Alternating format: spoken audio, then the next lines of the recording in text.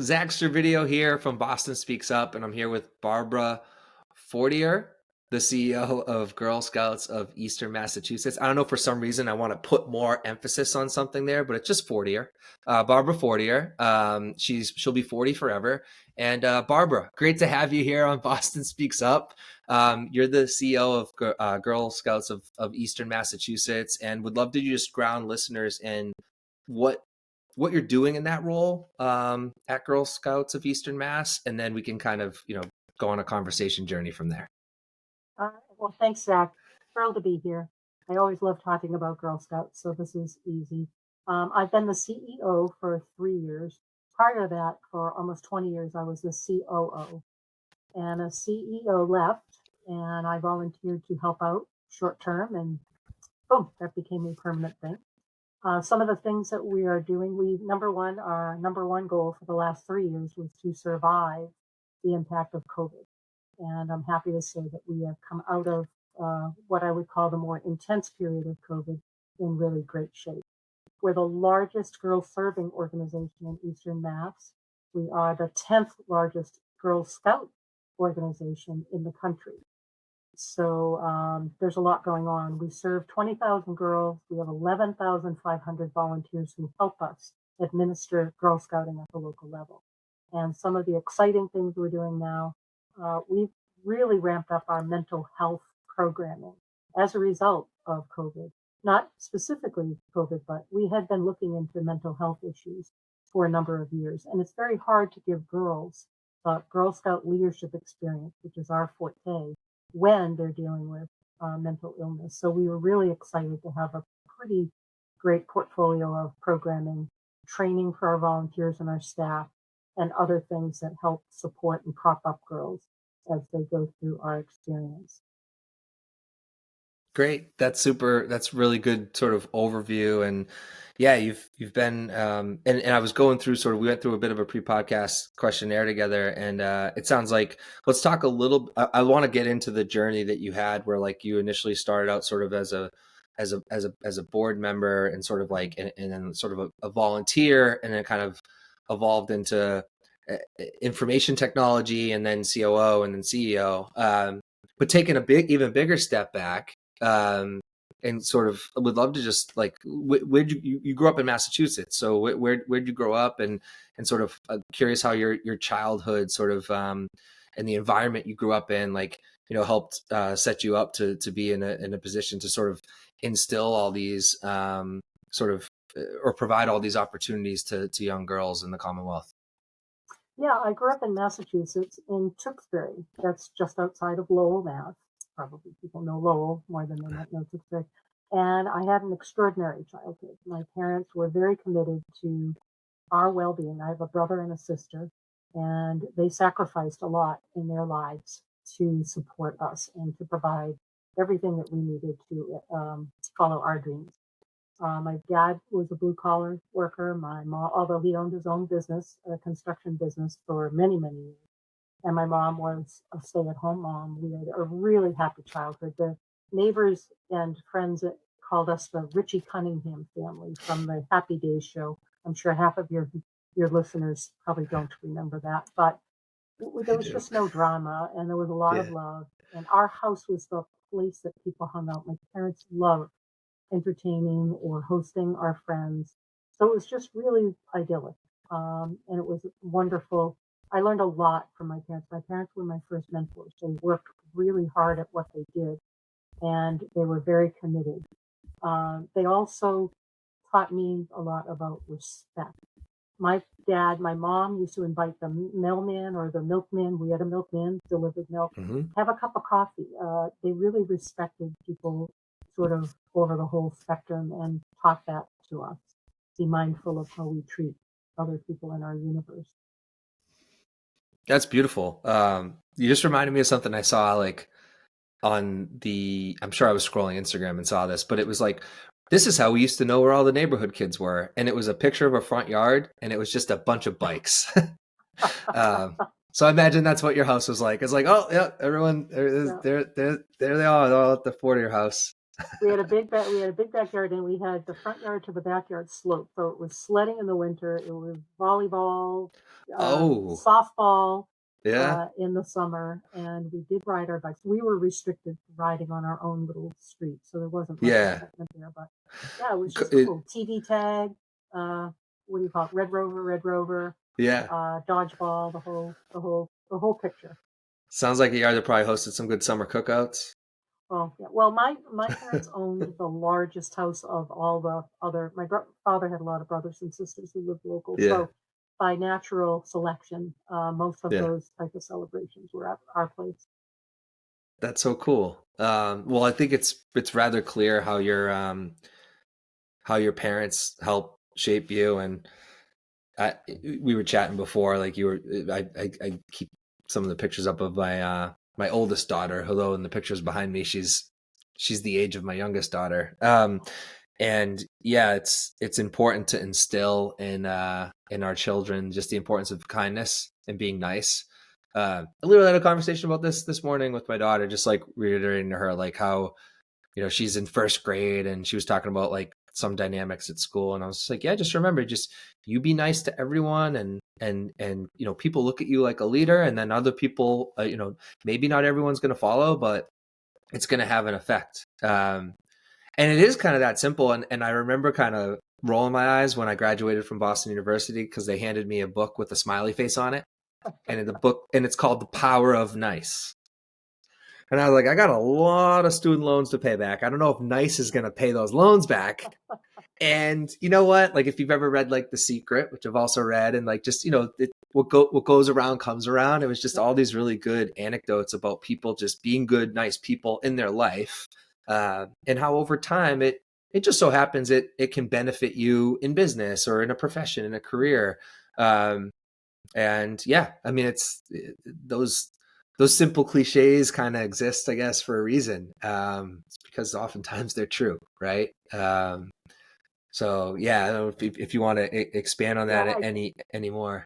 I Yeah. can't tell you the number of times where I'm in a meeting or in a group and I say something. I went, "Oh my gosh, I've just channeled my mother," or "Oh my gosh, I've just channeled my father." And I remember being a young adult when I graduated college. My mother said to me one day, "You are the carbon copy of your father." I'm like, "I am not the carbon copy of my." And to this day, it actually warms my heart to know Yeah. that those lessons that they taught us are just timeless. They're always Yeah. relevant. So Absolutely. Cool. It's a really cool way to um do them proud. So talk about the journey from that idyllic childhood in Tewksbury, which I'm familiar with. Methuen, how you doing? Merrimack Valley in the house here. Um, talk to me a little bit about what your prospects were, as a, 17, 18, 19-year old, sort of like as you were looking at what are you going to do in life, and it seems like you had a pretty successful initial career in the private sector, mhm. that maybe afforded you some ability to sort of reflect and sort of eventually make your way to Girl Scouts. So talk a little bit about that journey. Sure. I went to school actually to be a psychology major. And by the way, so helpful. Yeah. A lot of the content from that. And then accidentally, I envisioned going to graduate school right out of the undergrad program. And my sister worked at a company called Wang. And again, that was a big deal in the Merrimack Valley. It's unfortunately no longer there. And I said, boy, I need a job for the summer to save some money so I can go to school. And I ended up in the telecommunications department. I didn't know that. Well, she said there's telecommunications or data processing. I'm like, oh, that sounds terrible. Yeah.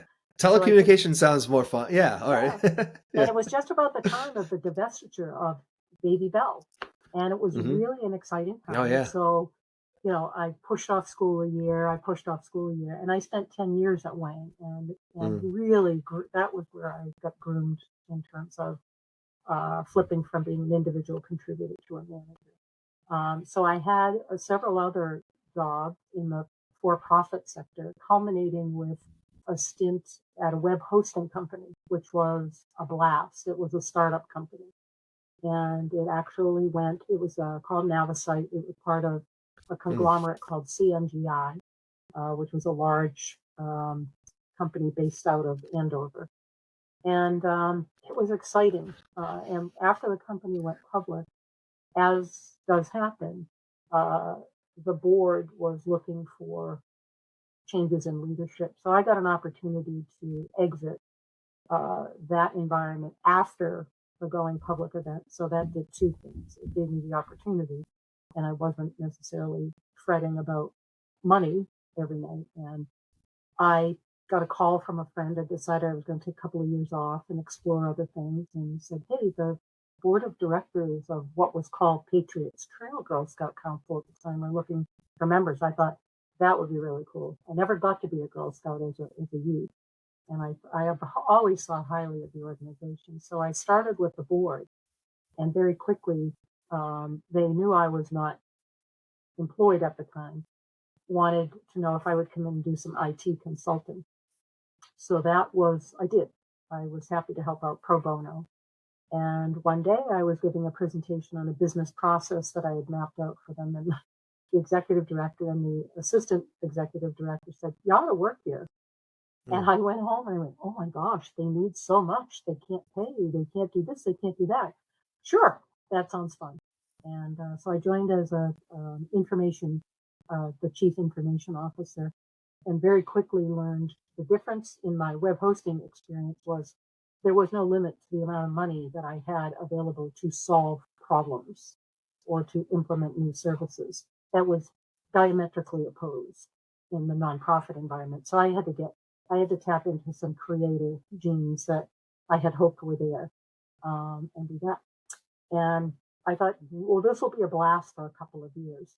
And here we are 23 years later. I just became enamored and completely invested in the mission of Girl Scouts and what they and currently strive to do for youth, girls. That's amazing. I have like a lot of like I have some questions kind of coming off of that. So um, it's interesting. Like what time period are we talking about? Because it's like I'm interested a little bit in like the information technology role Mhm. at that. Like it sounds like it was definitely prepared. Like you were definitely like one step toward the COO role because you were in my just if I could take a leap here, it seems that you were like in a position to be sort of like someone who'd worked in like a sound sort of like progressing operational operation, and you were coming in to sort of like advance and modernize and kind of future proof, if you will, like and start to kind of digitize like Mhm. the operation. Like I just like I'm curious, and that to me seems as it as these moments happen in time, like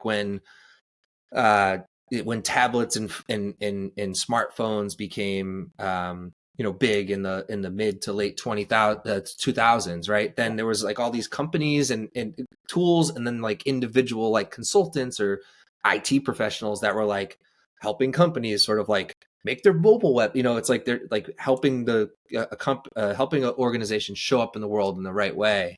But speak a little bit more to like that role, because I think it was in whomever, and which maybe it was multiple people that kind of had the foresight to sort of identify like, oh, we need someone like Barber in here to help with this. Is probably wise, but as you said, there was a lot to do. So I'm kind of curious a little bit to unpack a little bit more and like what the lot to do was, and how much that really did just set you up as like essentially your next role, which was COO. Sure. The I'll liken it. My analogy was it was like going from the Jetsons to the Flintstones. Only less than 50% of the staff had a computer on their desk, and those What that year was had it? 1999, and those that had computers on their desks, those were computers that had been donated. And everyone back then was always attracted to they're free. And my mantra was nothing is ever free. Most of the computers we had to assess whether they could withstand being upgraded significantly, memory, software. So it was really like trying to perform a daily miracle to make sure that people could get their jobs done. So the perspective, and they had no clue about project management or process management, change management. None of those things that were just second common knowledge for me didn't exist. So I, in part, had to educate and try to find creative ways to fund some of the work that we had to do. Um, the and the other thing is, when I first got there, it was a little bit of a shock. I'd never worked in nonprofit before, um, and it was a little bit of a shock to finally get. I was pounding my head on the wall, like, why don't these people understand? Like the woman who ran our cookie sale would be running around the hallway in November going, "Oh my God, the cookie sale is going to start." I'm like, "Don't you sort of do that all year long? Isn't like the Don't you, planning yeah. cycle?" That just was, as a matter of fact, they put her on doing other things. So it was figure some technology out, get some decent equipment, upgrade what we can, buy what, get the board. And the board, actually, I put a plan together, and the board was very helpful in allocating some funding from some unrestricted board funds to do Hmm. that. There was business process management and education up the yin yang, to get things going, and that took probably 2 or 3 years to get to a place where they appreciated that we have to invest in technology every year. We have to invest in training. We want folk to fully utilize the technology and/or software capacities that we're putting in front of them. And at that point, uh, the then COO left, and I put my hat in the ring for that and got that. And I was in a good position because I dealt with every human being in the operation, um, from a technology standpoint. So I understood their business. I understood the critical issues and roadblocks and obstacles that were present on a daily basis for folks to do their job. And I get kind of a secret little thrill when I go into our offices now, and everyone's got, number one, we didn't require that people come back to the office. So we had a lot of Hmm. people that were already remote. So they've got remote. Our last investment was we have moved away from a standalone piece of hardware to process our phone calls, and everyone has cell phones. And we're using Hmm. Zoom, actually, the telephone Hmm. service of Zoom. So there's Hmm. been, if I look back over the 23 years, there's lots to be proud of, not Yeah. only for myself, but obviously for the team that embraced, the management team, and then the staff embracing and wanting those changes. They wanted their jobs to be not easier, but more efficient. They wanted to be Right. able to do more. So it's been a ride. That's cool. And I want to talk about the part of the ride that, everyone can relate to because we all experienced it. The whole world did. But it was sort of I'm sure, a catalyzing event for you and Girl Scouts of Eastern Massachusetts, the pandemic, right? When Yeah. COVID hit. And so it sounds like some of what you were just getting to, like where you're at now, where like, yeah, some people are remote. Like, I love like, aside from the fact that people's lives were lost, like there's like being a silver linings guy. There's a lot of there's good things that came from the pandemic, in particular, an appropriate level of flexibility for businesses that could pragmatically afford it to people. In particular, women, I think, but parents who like want to be more in their children's lives. I think I'm in a household where like we want to be equals, we want to be equitable, and just because at a point in time, like maybe my wife's on a longer maternity leave, like and has been with like our baby right now, like I want her to go back to the Northeast Animal Shelter where she works, Hmm. and I think the ability for me to work from home and be able to do school pickups and coach and stuff is just, it's amazing. Now, granted, I run my own business, but there's a lot of places I could work and still have that same time. But I couldn't have 5 years ago. Not as much as now. When the so when the pandemic happened, because I'm curious to graduate up to like just current challenges and things you're navigating today. But let's Sure. talk about like 2020 and 2020, 2021, and like how that sort of maybe put you back in that position. Because for me, like I'm hypothesizing here. maybe there's some analogies to like what you were experiencing in 99, 2000 when you came in and you were like, wow, less than half the people have computers. Well, what do you do? What did you do in 2020 when the world shut down, but young girls needed their support from their community and from Girl Scouts as much as ever, and perhaps more than ever. And then perhaps that was even a catalyzing event for realizing how much mental health was an issue to more proactively tackle. But I'm just curious, like, how did talk through like sort of the process of navigating the pandemic, like in the role that you were in, which you were still in COO role, but you were I think short in that process, it sort of led to you becoming the Right. interim and then eventually the CEO. Right. Well, we had, I think the state said that they were shutting everybody down on March 17th of 2020. Yeah.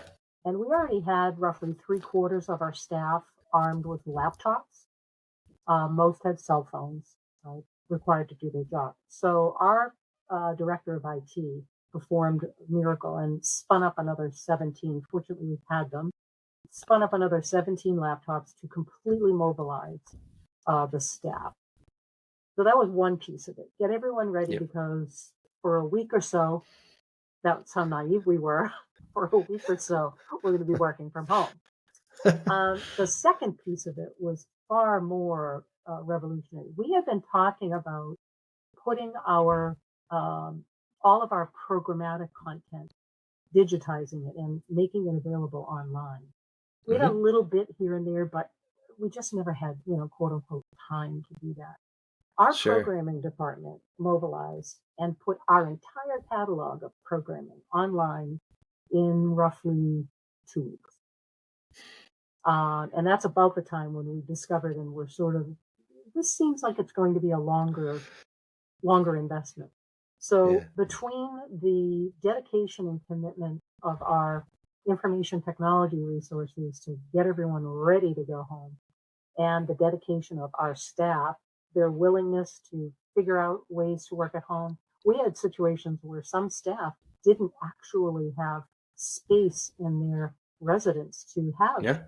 desks and like that. So we tried to work with the staff members to provide them what they needed to make a reasonably comfortable situation at home. We Hmm. said, okay, schedules, you got the kids, you've got this, you've got that, like completely flex your hours, which was really important. And we got a lot of positive feedback from folks who had other obligations, whether it be children, elder care for parents, whatever the situation was, it worked really well because there were a lot of people who otherwise, without that flexibility, would have had to take leave of absence or leave the organization.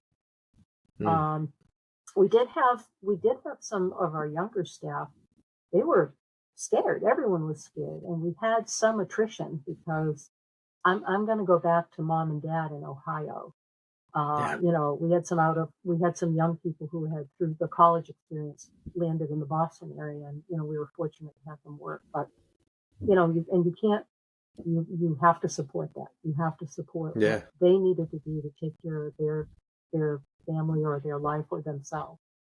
Um, about 9 months into that, I became the interim CEO. Our CEO Mm. left, and at the time, the board decided we need something steady. I had no idea at the time that they were planning on making it a permanent situation, but I volunteered. I was the second highest ranking and most importantly, more knowledgeable person that Hmm. could step into that. So, so I implemented a number of things. Again, my focus in the beginning and probably through most of that was how do we take care of our employees so that they can do what they need to do. So we created something. I told you about Quiet Friday. Quiet Hmm. Friday, and it still exists. People really like it. Is no meetings, no phone calls, no email, and you just have the data, project plan to get through, work to get ready for the next week. We also did a Summer Friday program where we gave folks some valuable time off in the summer as really a thank you for everything, all the Herculean efforts that went into supporting the organization during the bulk of the pandemic. it was a little weird because I'd always had these thoughts, well, why don't we do this and why don't we do that? And then all of a sudden one day it's like, oh, I guess I need to make those decisions. Yeah. So the transition to CEO was a little, I was not on solid ground for a little bit, and then woke up one day saying, okay, I'm responsible, and I need to, continue to do things that are going to help the organization. And we had, we lost 30% of 29% of our membership. Families Mm. were just making different decisions. Mm. But by the same token, we maintained 71% of our membership, and we did Yeah. that by offering online content.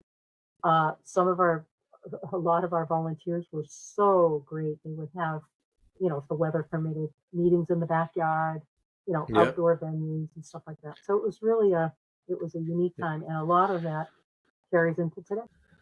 Yeah. And were you doing like virtual things too? Everything. Like were some of those volunteer like we're doing like, hey, like tune in, like we're doing a live chat with someone, like maybe folks that I don't know, maybe someone who's works with reptiles and they're gonna do a Yep. special. I'm riffing here, but like was there a lot of like you became like a virtual programmer? 100% of what we were doing had to be done virtually, and Yeah. we have a large number of Zoom accounts. So we made some of our Zoom accounts available to our volunteers, so they didn't have the Great. burden of purchasing their own Zoom account. Yeah. And we had our Zoom expert do a tabulation in that first year of how many minutes we spent on Zoom, and it was north of 2 million minutes.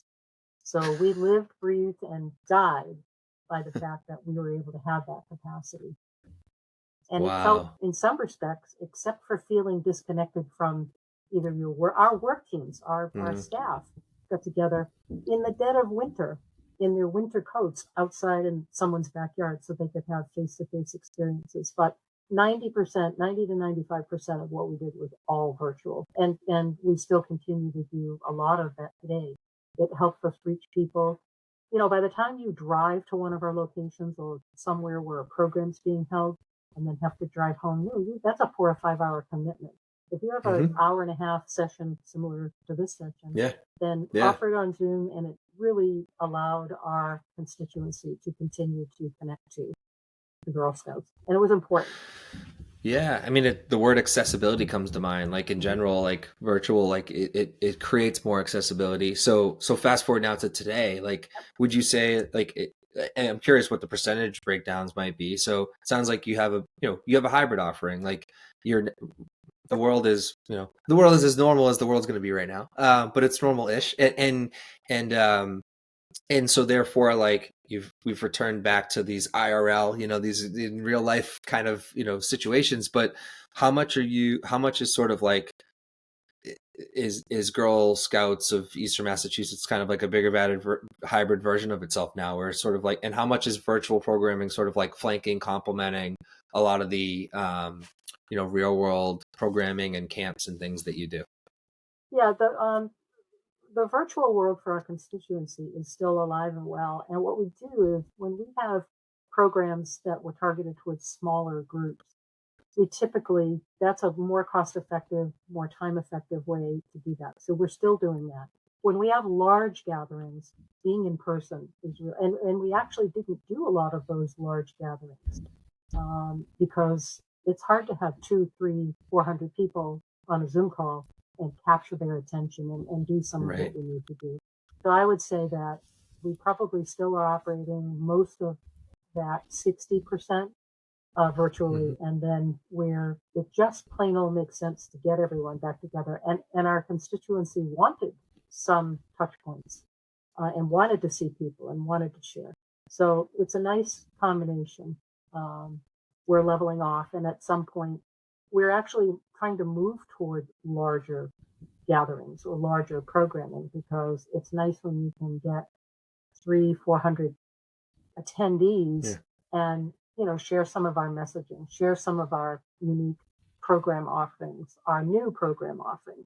Easier to do that in sort of larger groups. It has staying power that sometimes a smaller, we used to like, well, they'll tell 2 people and they'll tell 12 people. So it's just Yeah. hard to get consistency, and it's hard to get our very important messages across.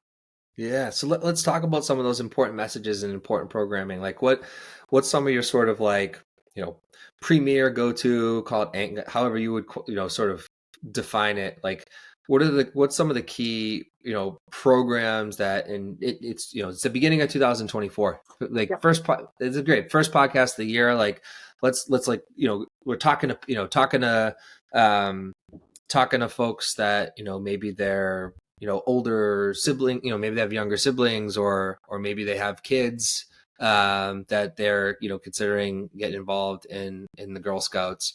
Yeah, what are some of those, like what are some of the programs they might be aware of that that are really popular? What are some of the new programs? And then talk a little bit about like maybe some of those bigger, sounds like more ambitious, larger, kind of events that you're alluding to.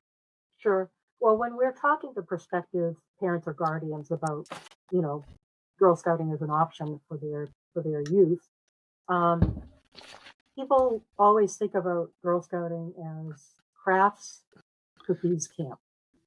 And those are just phenomenal aspects of what we do. But we've branched out. One of our huge areas of expertise is STEM, science, technology, excuse me, science, technology, engineering, and math. So we have really established ourselves. We've worked with Raytheon and other really significant partners that have helped bring our level of knowledge and our offering to new heights. So we do a lot of STEM programmatically can be done at the troop level. And then we've got, larger scale events that come to, but we do 2 STEM conferences a year. And the Hmm. attendance is somewhere in the range of 1,000 girls for each of those sessions. Nice. Um, the other thing we do, we are known for camp, but what I think people may not know is our outdoor programming utilizing our 10 camps is second to none. So When you say outdoor, 10, and when you say 10 camps, are those like the physical locations you yeah, have? Like, is that like Camp Rice Moody? Like, yeah, is that an outdoor in Reading? Okay, because that's one that I've been to. yeah. Got That's it. our Yeah, Rice Moody. Now that you've mentioned yeah, that, is yeah. our premier younger girl camp, and Cool. girls usually kindergarten, first grade, second grade, third grade. It's a small location, but for that age range, it suffices completely. When we changed back to Yeah, have a focus on the younger girls, our yeah. over 3 years, I believe, our attendance ramped up 37%. It's a niche Cool. and a need that people obviously saw.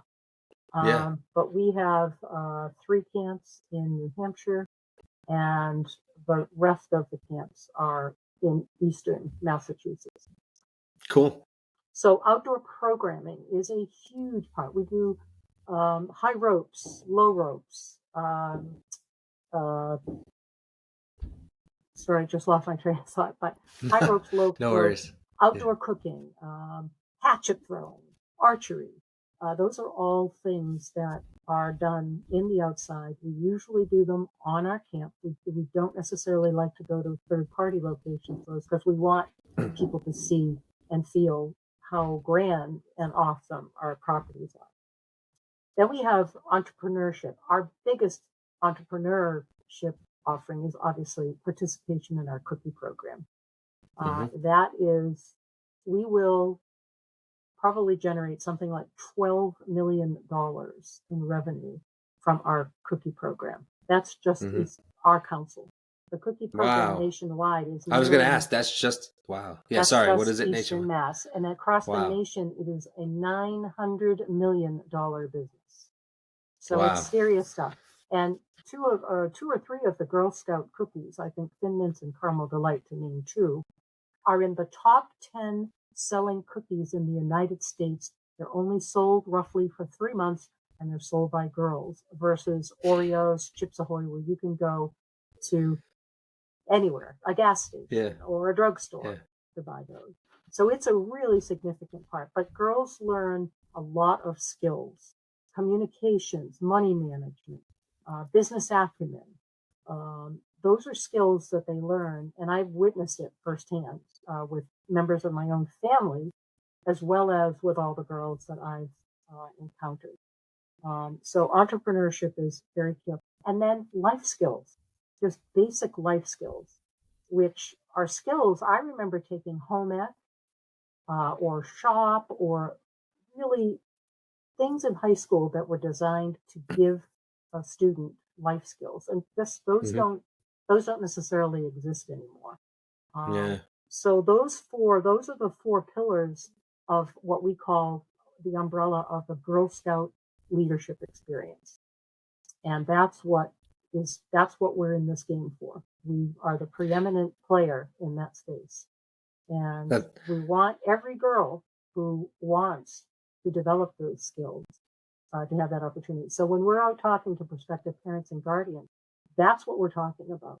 We try to reinforce what we do that's traditional, tried and true that people love about Girl Scouts and augment it with everything that we're doing that's well outside. Like much more of our programming is focused in those four pillars of our leadership experience than are perhaps some of the um, older older programs that we used to offer. Sorry for right. that long-winded Yeah. answer, but No, that's pretty great. pretty That's great. This passionate is about. free. Keep bringing the passion, and let's kind of double click on that what you alluded to in your own family. We covered this pre-podcast in the pre-podcast Q&A. Tell a story about your niece Katie, and sort of the arc that she was on, and what Girl Scouts has meant to her. Yeah, Katie from Norwell was the even around family the most shy person I've ever met. Um, and when she had an opportunity, I guess one of her friends talked about Girl Scouts. So her mom called me and said, "What do you think?" I said, "Astounding. I've seen astounding things happen, transformations happen with girls." So she joined a troop and really had fun. She made friends. She was a little bit more outgoing and then wanted to go to camp. And her mother was petrified at that. I said, "I'll Hmm. tell you what, I work at the Waltham. She went to the Waltham camp, Cedar Hill. I work there sometimes. What I'll do is I'll take her to camp one I'll day, day take her. one. Nice. I'll stay in the office all day. I'll work, and if the flag goes up, she needs rescuing. I'll pick her up." So I was there the whole day, and I actually expected that to happen. Four Right. o'clock, I went out when camp was over, and I said to the camp director, Katie, she goes, "Oh, is that the one you told me was super super shy?" I said, "Yeah." Look up on that hill right there. We have a little hilly area, and the girls kind of hang out there until their buses come. You see the little girl that's leading everyone in song and dance, and I'm like, "Oh my God, that is Kate." She, yeah, yeah. I took 2 minutes today for her to move into that, like take charge and whatever. So her mom, when I told her that, like nearly cried. So needless to say, she went the rest of the week on her own. No, no rescue person required. And unfortunately, the troop that she was part of after a couple of years disbanded because they couldn't find leaders. Our volunteer leaders are pivotal in Yeah. delivering the Girl Scout experience. However, the first, I think she was 13, and that summer, her mom said, "Oh, don't be thinking you're going to sit around and do nothing. What would you like? I want you to think of something to do." And by then, she had a cell phone. She goes, "I want to make like cell phone cases are so expensive." So, and she was very creative. Just her mom, they're graphics and creative people, not very not my mode. So they worked that summer and put together cases by Kate, even online. And she's 23 now. She's a graduate of the University of Maryland, and she's working in that creative space down outside of Washington, D.C.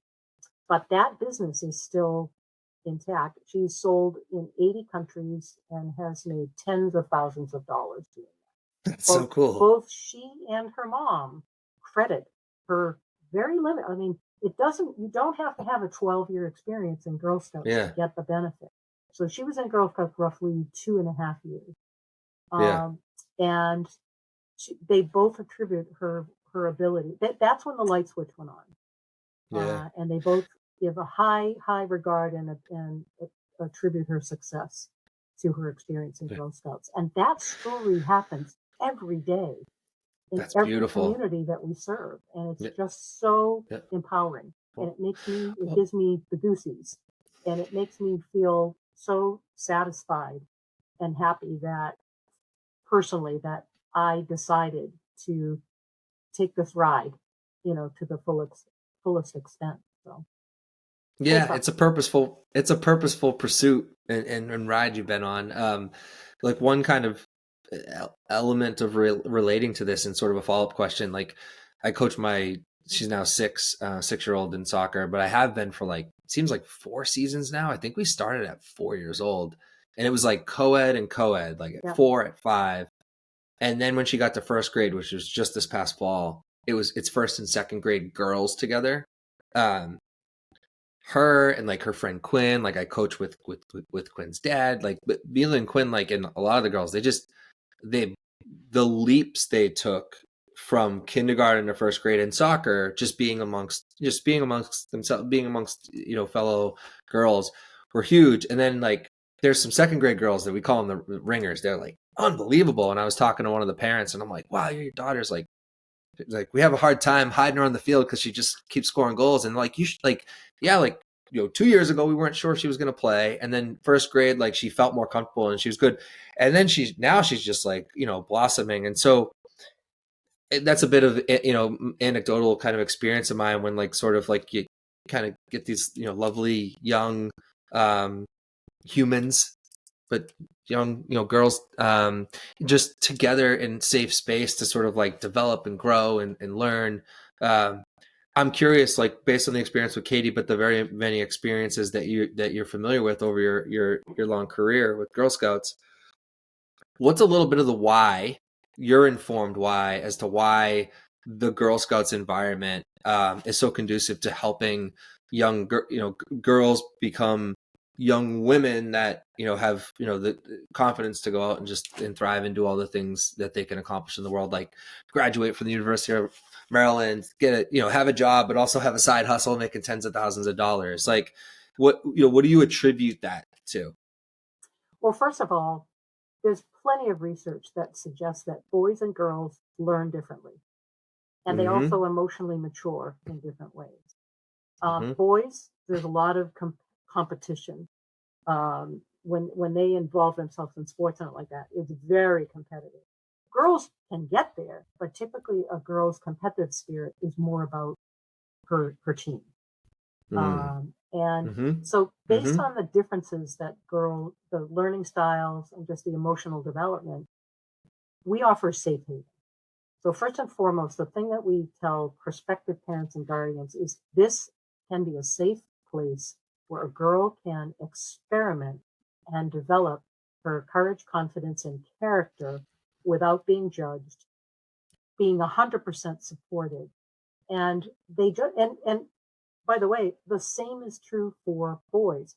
They don't need exclusively to separate into the two groups. They get enough co-ed experience by being if they're in traditional school, Mm-hmm. and other ways. But just by offering this added extra, we're the extra spice Mm-hmm. and the extra sauce that girls need because they thrive in an environment where they get that type of support. And, that's again part of the magic. And girls who stay for if they can stay for the entire experience, really reach the pinnacle, which is to become an ambassador Girl Scout. A lot of our ambassador Girl Scouts, excuse me, we have a bronze, silver, and gold awards in Girl Scouts. And the gold award is the pinnacle. That is the Mm-hmm. highest level of achievement and recognition that a girl can get. And when you see and hear from a 16, 17-year-old Gold Award Girl Scout, I am embarrassed that I wasn't anything like that when I was 16 or 17. They are changing the world. They appreciate and recognize that there's a space that they have thrived, and they build this confidence to a level that when they're thrust out into the outside world, nothing can chop or chip away at that. So it's that environment, and we're backed, by the way, our parent organization, GSUSA, which stands for Girl Scouts of the United States of America, has a world recognized research arm. And they Mm-hmm. have been doing girl research. We're over 100 years old. They have been doing girl research for 100 years. So we get the benefit. We wouldn't be able to do that on our own, and ours would be really much more regionalized. So they get to do this global research on what works for girls and what are the types of programming and interests should we add to the mix to continue to be vibrant and relevant to girls. Because the girls of today, when I first started Girl Scouting, most of the volunteers were former Girl Scouts. Hmm. And that brings a history, like the girl already is informed and because she's probably gotten dragged to meetings with her mom. Yeah. But now that's just with working parents and, COVID and all of the other things that wreak havoc on schedules and stuff like that. We have a lot of new blood in Girl Hmm. Scouting, which is great because Hmm. they'll learn about the historic aspect of Girl Scouting, but they're the ones that are going to help us push our programs and push us to make sure that we're keeping pace. But the girl environment, Yeah. the safe space, the we're doing everything to develop these programs and everything that we do to make sure that that girl has the highest level of potential and the highest level of support through their grooming them into adulthood. Yeah, that's great. Talk a bit about mental health. Like it's mental health is always paramount and always something that is I think in my own life there was a period of time where I remember I like would frown upon like the idea of going to therapy. Spoiler alert, I've since gone to therapy and dealt with mental health in a way that's been really beneficial to me in my 30s, but a bit stubborn mostly through my 20s until I figured out like, oh, you know what, maybe I should proactively like look into getting some support on this. There's mental health professionals for a reason. I'm curious, like, was there a catalyzing event? Did things just get worse during COVID? Like, what sort of sparked the need to invest more intentionally in mental health support? And then what does the mental health support look like? Yeah. So the catalyst was again GSUSA and the research that they were doing. Once the issue of mental health kept cropping up, back when even 10 years ago, there was still a huge stigma. I think we would all agree there's probably some of that left, but now it's almost a badge of pride to let someone know, yeah, I was kind of having some trouble, so I sought out some mental health, much like you would go to your general practitioner for an ailment. Hmm. So once they started sharing information with us, and consistently, I would say over a 10-year period, girls struggle more significantly with mental health issues than boys, at least with the level of research they did 10 years Hmm. ago. And it's still, girls have a lot of um, issues that, again, and it comes to, like, even in school, when it comes to selecting, let's say, mathematics as a course of Hmm. study, the response is, oh, that's kind of like boys do that, or engineering, or any of those types Mm. of fields. So there's always been this sort of systematic um, lowering the bar for girls when it comes to those, you know, non-traditional, non-female roles as defined 100 years ago. Right. So mental health became a very relevant part of our ability to successfully bring a girl through the Girl Scout experience. So we started, not that we didn't take it seriously, but we more formalized our approach to it by developing all kinds of programs. We've just recently, I don't remember them off the top of my head, but we have mental wellness badges that girls can Mm. earn. And that's how secretly we're teaching them about mental health, but making it a fun proposition and demystifying it and destigmatizing it. That's great. So just to jump in there. So like, is the idea there? Yeah, to sort of take away this like the the maybe misunderstood like negative norms that sometimes exist around like mental health, like in more like in creating like positive reinforcement behind like proactively just working through mental health challenges. Yeah, Yeah. yeah, that's the premise. And what we had to do to support that, so we had to develop programming for the growth, but then we had to train our I say facilitators, but I mean our volunteers, the volunteers who Hmm. are helping us execute, who have the closest touch point with girls. So Yeah. training them. And then we had to train our staff because our Yep. staff are often involved in the appointment of volunteers to Girl Scouts.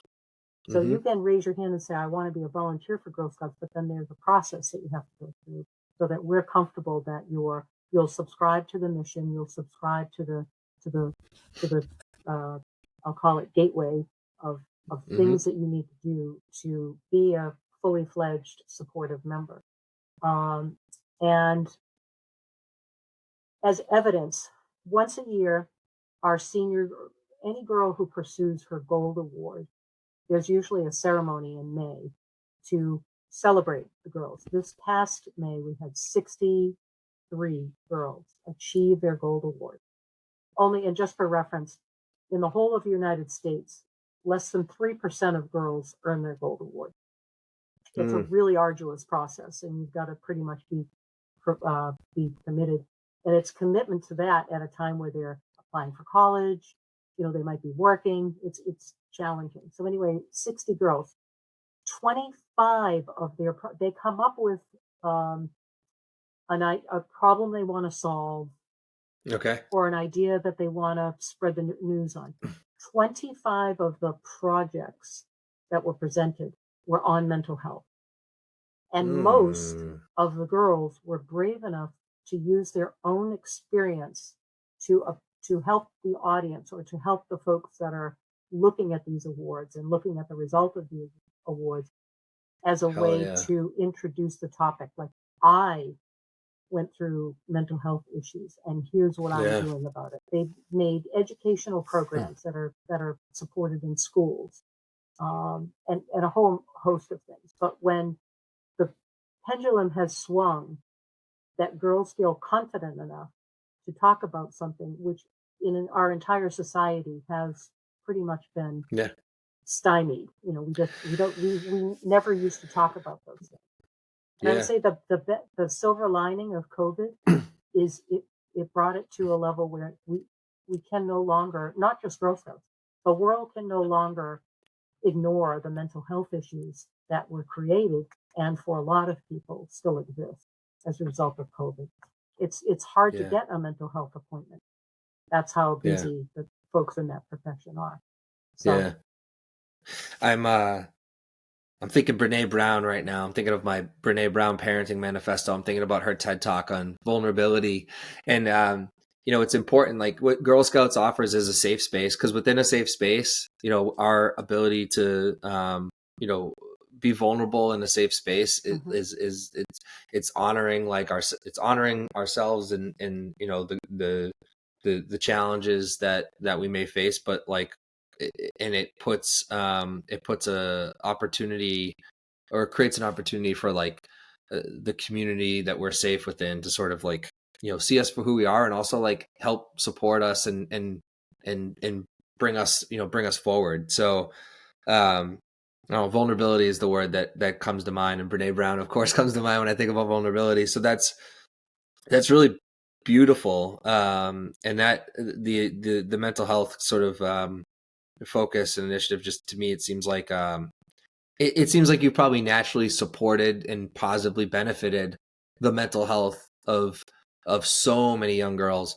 without having what you have now, which is a more concerted sort of intentional effort on it. So yeah, like I kind of like, if I could put an emoji across the screen, it'd be like the applause emoji. Just like that's excellent. In terms of just as I'm thinking about the last few things I want to talk to you about, but I'd be remiss not to just ask, like, are there any other?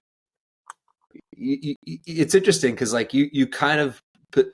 I would almost challenge the one spot I'll challenge you is say you're clearly a bit more creative than maybe you would admit. Like you were talking about sort of like your niece and her mother and how they're great. Like there's a lot of really interesting creative ideation and thing, and then you're a person of action, you bring it about. So I'm curious, are there any other things we haven't talked about that are like kind of in ambitious? We don't have to hold you to it here, but like, are there other ambitious like initiatives that you are already working on, you're excited about, or that like if you were to sort of like just want to put the signal up to the world because you're like, oh, I would really like so and so organization, or I would just like to see if this attracts like minds to build this thing. what other things are you seeing in the future for sort of um, Girl Scouts and really Girl Scouts of the United States, like sort of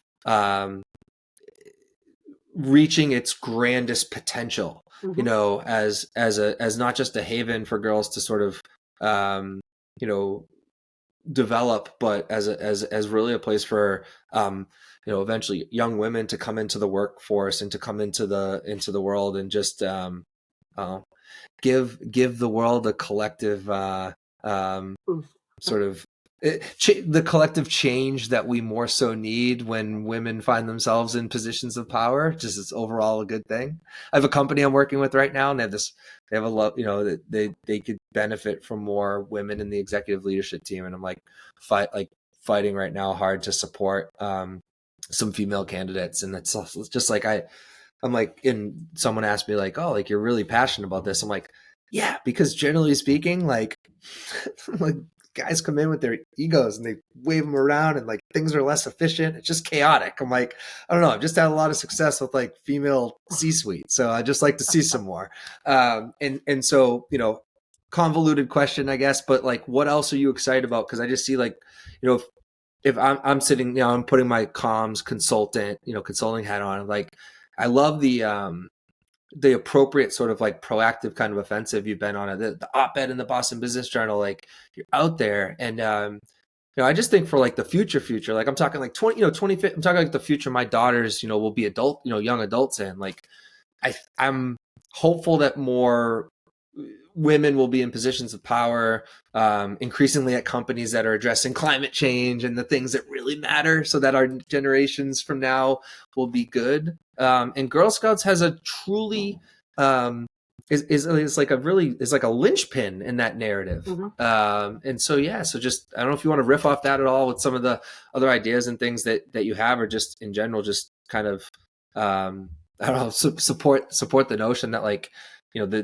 the future is brighter with a constantly evolving, you know, growing Girl Scouts. When y'all reached out to me to be on the podcast, I oftentimes hesitate, you know, as a trained journalist, I'm inherently skeptical. I was like, hell yeah. I was like, yes, like actually I want to know everything. You know, I've you know, my cousin's a Eagle Scout, and like his kids do Boy Scouts, and I like I'm like, oh yeah, like I would, and I have girls, and I'm like, oh, I want to learn more. I'm like, I probably need to get the girls involved. Like, oh yeah, this is a, you know, that's an organization, that's a nonprofit that's going to help the future be better. So um try not to go in too many ranty riffs, but like I had to give you that because like I just, you know, I really appreciated Jen on your comms team reaching out and like you taking this time, because it's really important work that you're doing. It's not just like in this own little vacuum that we're in, and you know, 2024, like it's for the future, you know, decades and generations that will, you know, come onto this planet that we hopefully can do a better job taking care of. Well, I appreciate that as a preview to this. One of the challenge, this is a challenge, Yeah. I know we're making headway, but we're not known for our diversity, Mm, either at our staffing level or our volunteer level. This, in some sectors, is still largely viewed as a middle class white organization. So it's not, you know, in the 20 years I've been here, 20 plus years, that has improved. But our uh, our dynamic, our population dynamic is changing, and hmm. we are slowly becoming not necessarily the preeminent or majority. Hmm. So we have a lot of efforts under our community engagement. We have a group of folks who are charged with community engagement, and that's to make inroads into communities that we believe are underserved, and they're largely Hmm. underrepresented in society. So that is going to be the key to our future growth.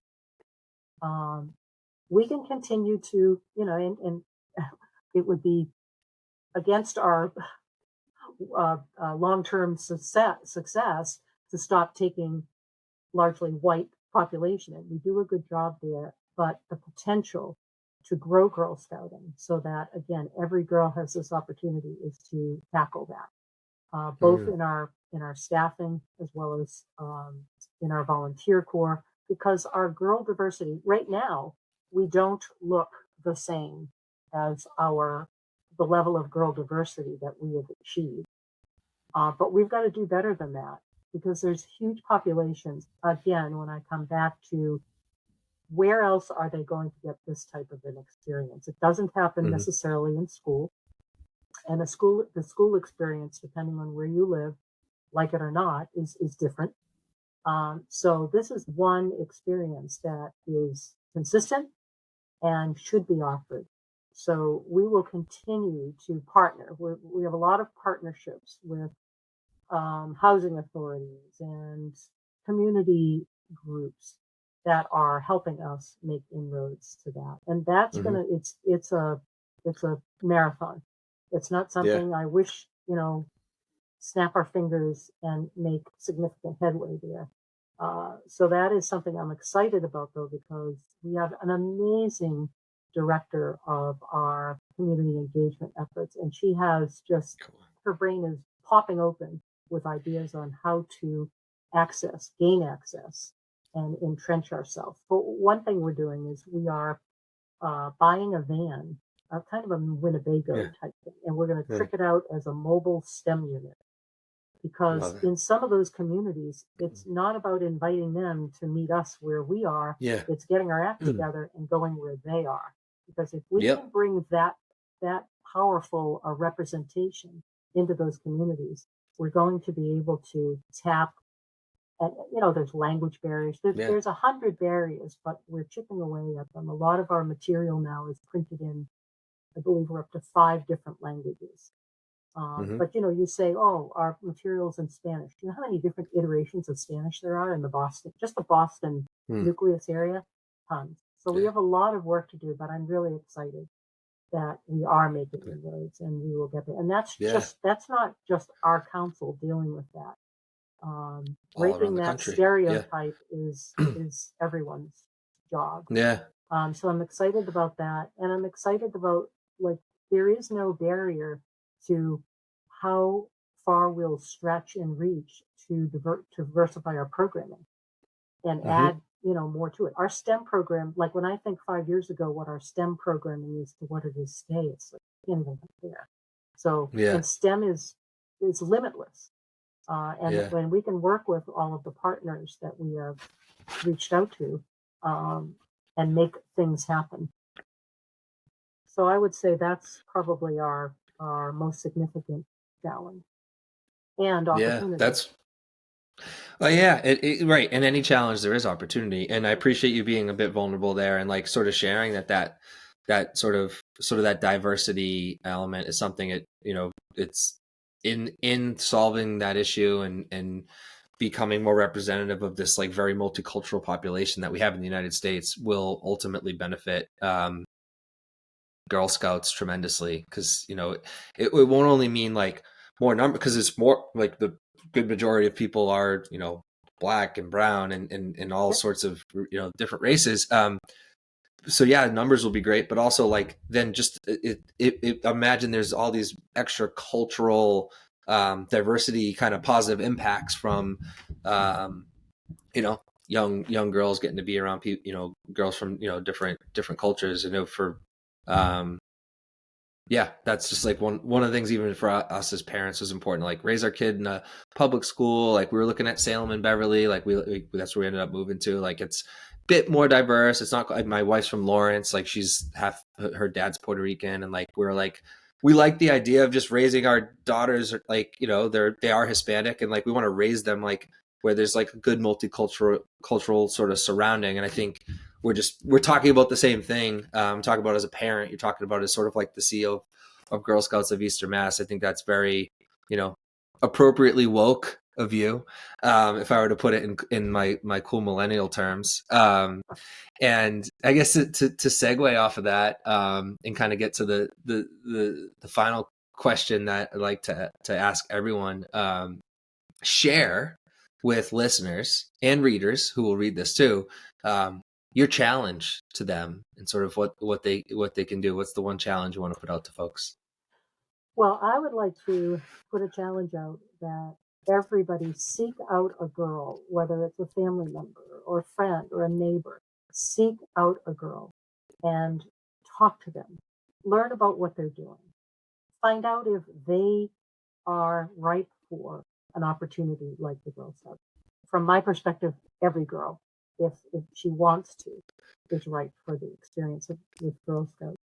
Um, Figure out what they need for support because sometimes, in spite of best efforts, families, guardians, parents, they're just not in a position to do all.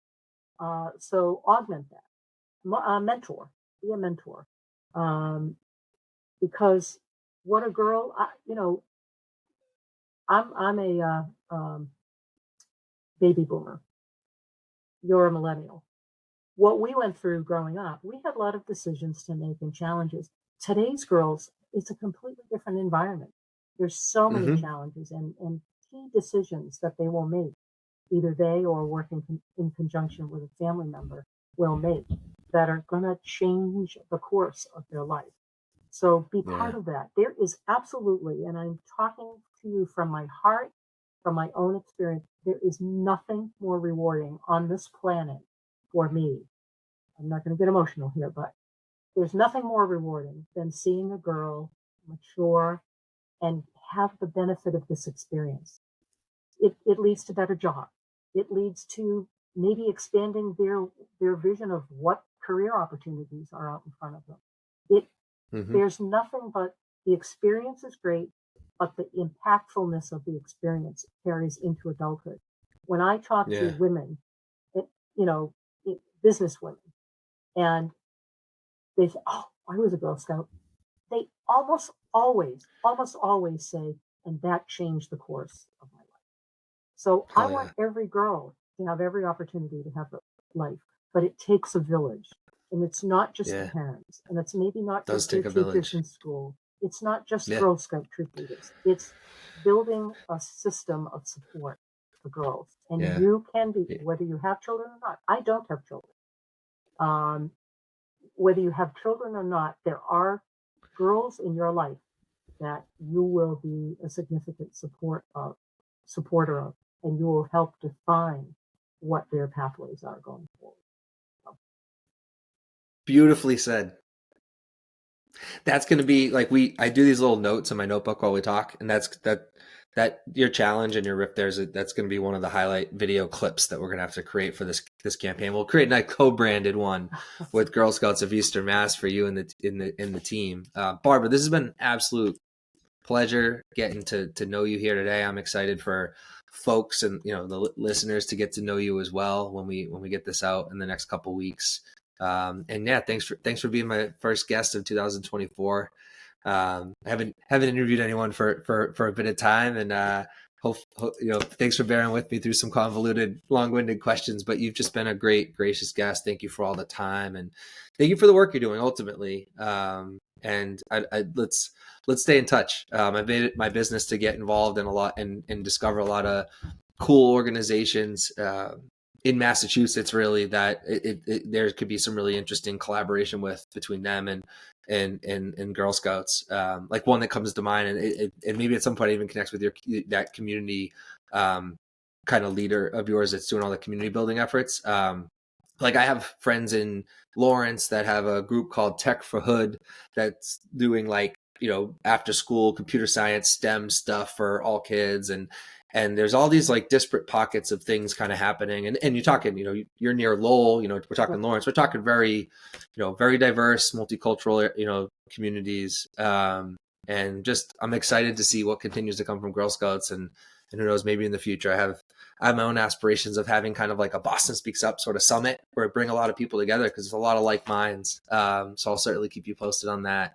But really, for the bottom of my heart, thank you for just being here and being present and being authentic and vulnerable. Brene Brown would be proud, and your parents certainly, can be proud of you and the woman that you've become. And yeah, thanks for everything. Well, Zach, thanks so much. Yeah. It's having the opportunity to talk about Girl Scouting, whether it's in print or doing things like this, is helping us spread the word. We really want people to understand and appreciate that Girl Scouts is not your mother's Girl Scouts. It's for everyone, and I had a blast talking to you today. So honored to be your first guest of 2024. I have no doubt I'll be tuning in to see who else you talk to. And a summit would, by the way, Nice. I'd be the first one to sign up. I think that would be awesome. Cool. So Thank that's you. my challenge. That's my challenge to you. Uh, Come there you through go. with I'll that do it. I'm idea. going to hold you to signing up. All right. Awesome. Well, thanks, Barbara, and have a lovely rest of your day. You too. Take care. All right. Cheers, Boston.